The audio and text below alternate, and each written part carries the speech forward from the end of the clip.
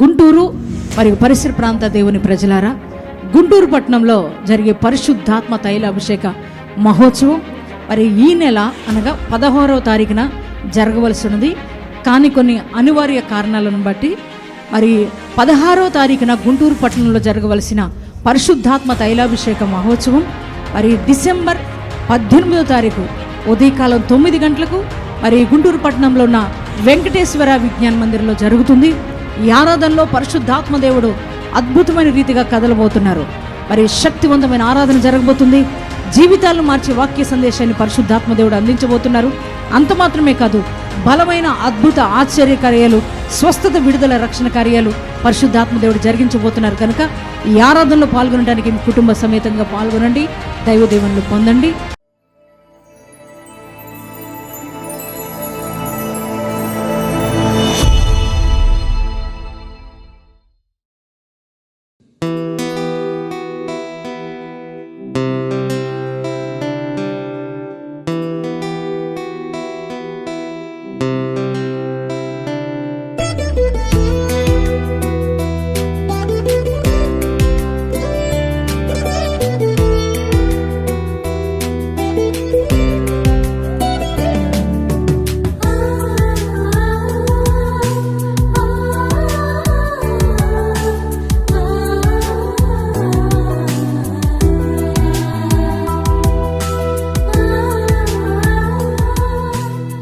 Praise the lord.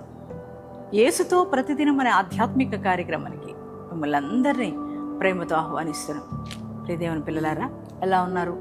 బాగున్నారు కదా?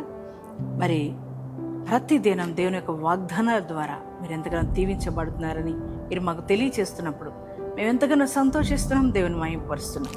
మరి ఈ దినం కూడా దేవుడు శ్రేష్టమైన వాగ్దానం మన కొరకు ఇచ్చున్నారు. ఆ వాగ్దానం ఏమిటో చదువుకుందాం. పేతురు రాసిన మొదటి పత్రిక 5వ అధ్యాయము 6వ వచనం నుండి చదువుకుందాం. దేవుడు తగిన సమయమందు మిమ్మల్ని హెచ్చించున్నట్లు ఆయన బలిష్టమైన చేతి క్రింద దీన మనస్కులై ఉండుడి. Praise the Lord. దేవుని పిల్లలారా, ఎంత చక్కని మాట అండి. మన దేవుడు ఎవరనంటే మనల్ని హెచ్చించే దేవుడు, మనల్ని ఘనపరిచే దేవుడు, మనం ఆరాధిస్తున్న దేవుడు. ఈ దినం ఈ వాగ్దానం వింటున్న మీ జీవితాల్లో మీ పరిస్థితులు మారట్లేదని, మరి ఎందుకని నాకంటే వెనుక వచ్చిన వారు అందరూ దీవించబడ్డారు, వారందరూ కూడా ఎంతగానో ఉన్నతమైన స్థితిలో ఉన్నారు. మరి నా పరిస్థితి ఏంటి? నా పరిస్థితులు ఎందుకు మారట్లా? నేను అదే స్థితిలో ఉంటున్నాను, అదే పరిస్థితిలో ఉంటున్నాను. మరి ఎందుకని నా పరిస్థితులు మారట్లా? నా శోధన తొలగిపోట్లా, నా కష్టాలు తీరట్లేదు ఎందుకయ్యా అని ఒకవేళ బాధతో కృంగిపోయిన స్థితిలో మీరున్నారేమో, ఈ ఉదయకాలం ప్రభు అంటున్నారు కదా, దేవుడు తగిన సమయంలో మిమ్మల్ని హెచ్చిస్తాడు. దేవునికి మనలా కాదు, ఆయనకంటూ ఒక సమయం ఉంది. మన దేవుడు తగిన సమయం అంటే ఆయన సమయ ప్రకారమే ఆయన పనిచేసే దేవుడే ఉన్నాడు. నిన్ను హెచ్చించటానికి కూడా ఒక సమయం ఉంది.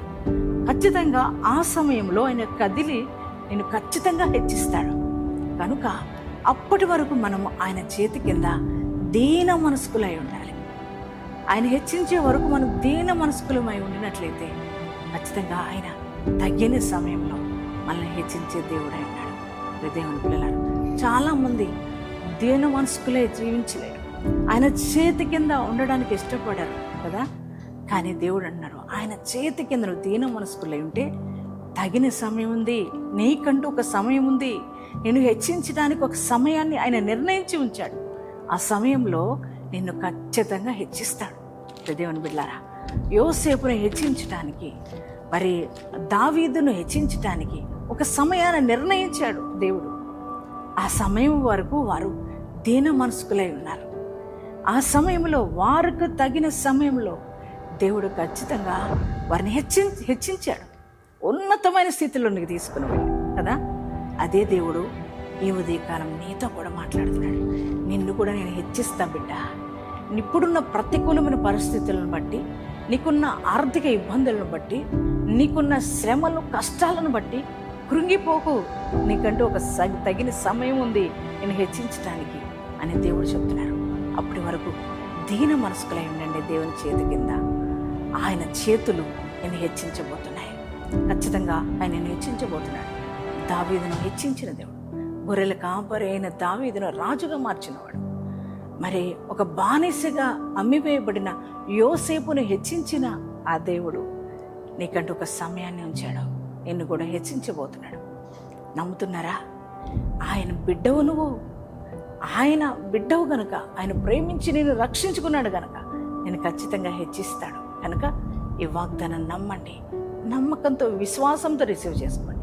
ఎంతమంది ఈ వాగ్దానం రిసీవ్ చేసుకున్నారు? మీ అందరి జీవితాల్లో ఈ వాగ్దానం నెరవేర్చబడును గాక. ప్రార్థన చేసుకుందామా. ప్రియ తండ్రి, నీ ఘనమైన ప్రేమకై, మీ కృపకై వందనాలు, స్తోత్రాలు యేసయ్యా. ఇదిగో తండ్రి, నువ్వు మమ్మల్ని హెచ్చించే దేవుడిగా ఉన్నావు ప్రభా. తగిన సమయంలో మమ్మల్ని హెచ్చిస్తావు.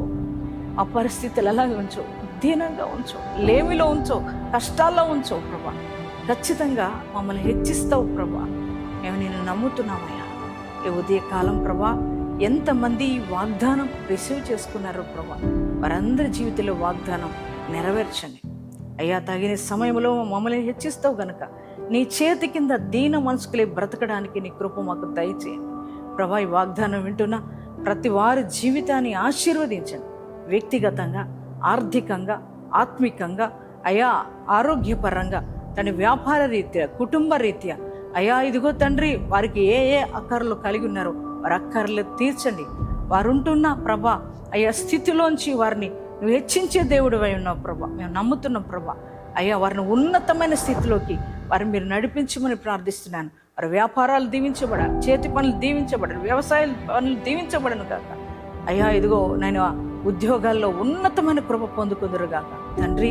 అయ్యా అట్టి కృపతో నీ బిడ్డలు నింపుతున్నందుకు నీకు వందనాలు చెల్లిస్తూ, నేను ఈరోజు మ్యారేజ్ డేస్, బర్త్డేస్ చేసుకున్న ప్రతి ఒక్కరిని కూడా మీరు దీవించి ఆశీర్వదించమని, ఈ దినమంతా నీ ప్రెజెన్స్ మాతో ఉంచి నడిపించమని యేసు నామములో ప్రార్థిస్తున్నాం.